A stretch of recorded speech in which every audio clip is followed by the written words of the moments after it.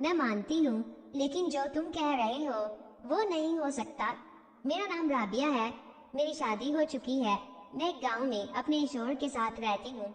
मेरा शोहर एक सरकारी मुलाजिम है, लेकिन इसकी मुलाजमत दूसरे शहर में है, इसलिए इसे नौकरी के सिलसिले में दूसरे शहर जाना पड़ता है। मैंने अपने शोहर से कई बार कहा कि आप कोई और जॉब ढूंढ लें, हमारी नई नई शादी हुई है और मेरा इस तरह आपसे दूर रहना मुझे अच्छा नहीं लगता, और अभी तो हमारी नई नई शादी हुई है। मुझे शोहर कहते कि बेगम, दिल तो मेरा भी यही करता है कि तुम्हें छोड़कर कहीं ना जाऊं, लेकिन अब काम के सिलसिले में मुझे जाना पड़ता है। मेरे शोहर ने कई दफा अपना तबादला करवाने की दरख्वास्त भी दी, लेकिन कोई फायदा ना हो सका, इसलिए मेरे शोहर हर महीने बाद घर आते हैं।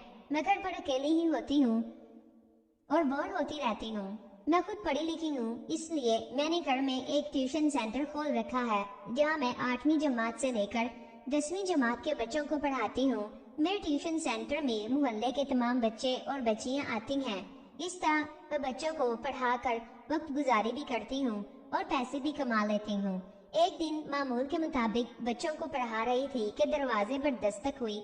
मैं बाहर गई तो गांव के चौधरी साहिब आए थे।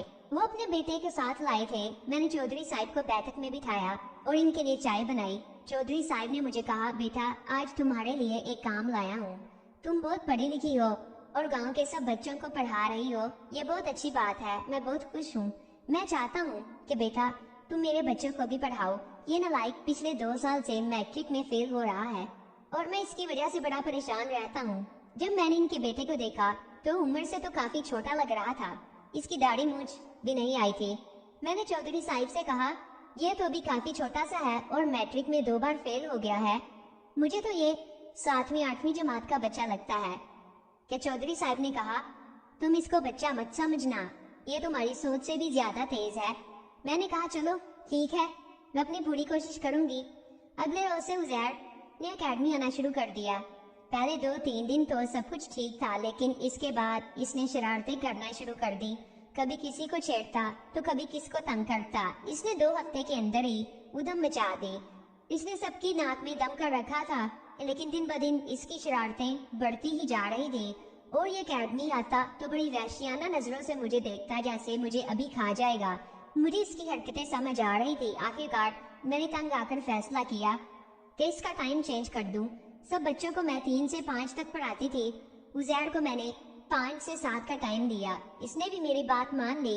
पहले तो इसने मना किया, लेकिन फिर मैंने इसे कहा, अगर 5 बजे अकेडमी नहीं आ सकते तो कल से अकेडमी मत आना। फिर वो मान गया। अब वो 5 बजे अकेडमी आता। अब इसने अपनी हरकतें मुझ पर आजमाना शुरू कर दी। वो लगता तो बच्चा था, लेकिन अंदर से पूरा था। मुझे इस बात का एहसास तब हुआ जब मैंने इसे गिनती लगाते हुए पकड़ा। मैं हैरान हो गई। खैर, अब मुझे इसकी शरारतों की आदत हो गई थी। मुझे खुद अकेलापन अंदर से खा रहा था, लेकिन मैंने अपने आप को कंट्रोल किया। मैंने उजैर को समझाया कि बेटा अपनी पढ़ाई पर तवज्जो दो और ये हरकतें बंद कर दो, लेकिन वो बच्चा नहीं, शैतान था। एक दिन मैंने खूब डांटा तो फिर वो काफी देर तक सुकून से बैठा रहा। इसने रोने वाली शक्ल बना ली। मुझे काफी दुख हुआ, क्योंकि आज तक मैं किसी पर ऐसे चिल्लाई नहीं थी। फिर मैंने जहर को कहा, देखो, मैं तुम्हें शरारतें करने से मना नहीं करती, लेकिन एक लिमिट होती है, तो तुम अपनी लिमिट में रहा करो। मुझे सब पता है तुम क्या चाहते हो। मैं कोई बच्ची नहीं हूँ जो समझ ना सकूं। तुम पढ़ाई में भी जीरो हो और ऊपर से ये हरकतें। इतने में उजैर ने कहा, टीचर, अगर मैं परसों के टेस्ट में फुल मार्क्स ले आया तो फिर तो मुझे नालायक नहीं कहोगी।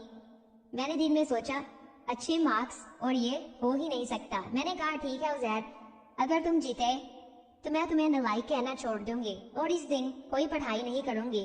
तुम जो चाहे कर लेना, वो दिन तुम्हारा होगा। उजैर ने हामी भर ली।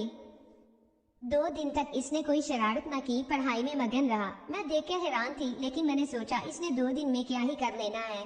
लेकिन मैं हैरान तब हुई जब एक शाम वो पढ़ने के लिए आया। मैं अपने कमरे में बैठी टीवी सीरियल देख रही थी।